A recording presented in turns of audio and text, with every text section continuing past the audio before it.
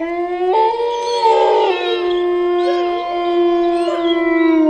दोस्तों, यदि आप इस चैनल से नए जुड़े हैं तो चैनल को सब्सक्राइब करके बेल आइकॉन प्रेस कर देना ताकि आने वाली हर कहानी के नोटिफिकेशन आप तक पहुंच सके। और कहानी जैसी भी लगे हमें कमेंट करके जरूर बताइएगा।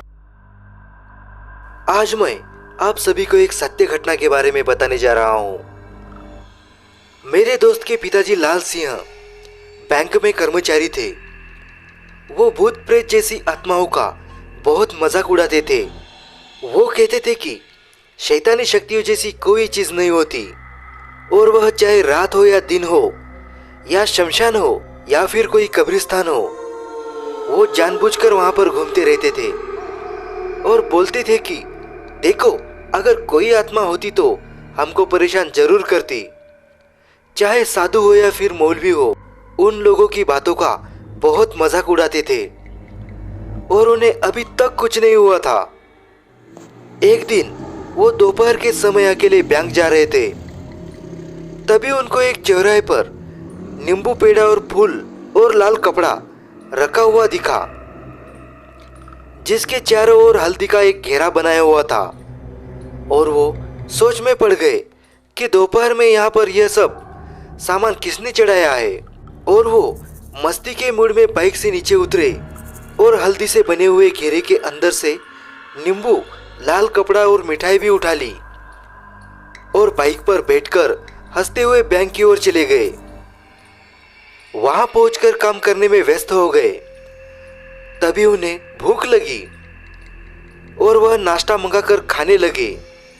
और उनको याद आया कि मेरे पास नींबू मिठाई भी रखी हुई है, तो उन्होंने उसे भी खा लिया।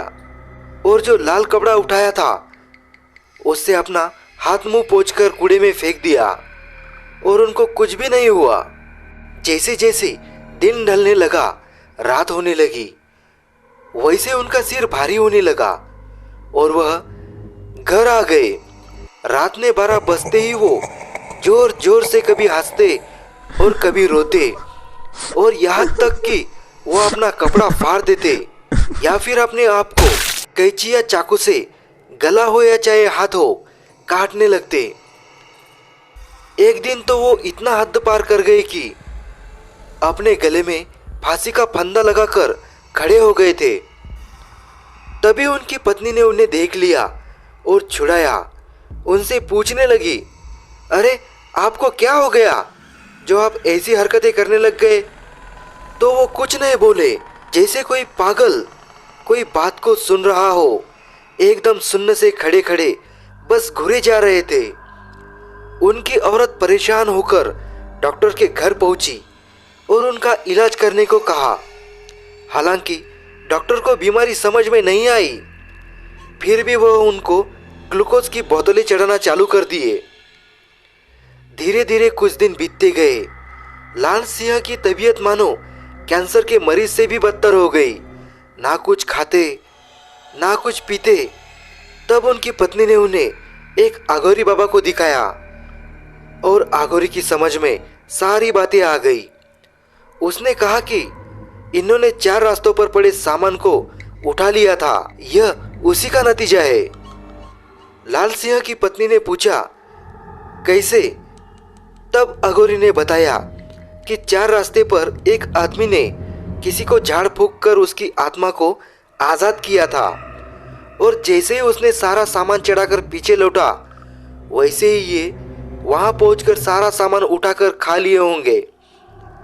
तभी आत्मा इनको परेशान कर रही है। लाल सिंह की पत्नी रोने लगी और अघोरी का पांव पकड़ लिया और बोली, बाबा अब आपका ही सहारा है।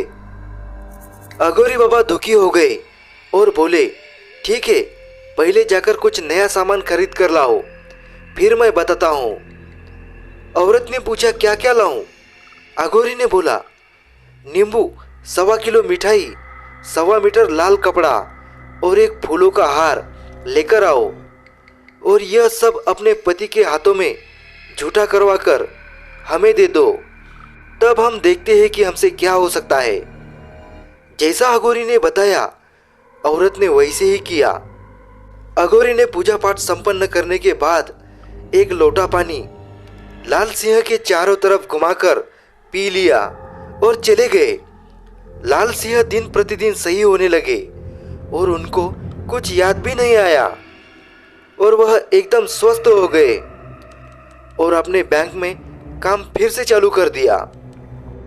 हमारी और भी डरावनी कहानियां सुनने के लिए स्क्रीन पे जो वीडियो दिख रहा है उसे क्लिक कीजिए और डरावनी कहानियों का मजा लीजिए।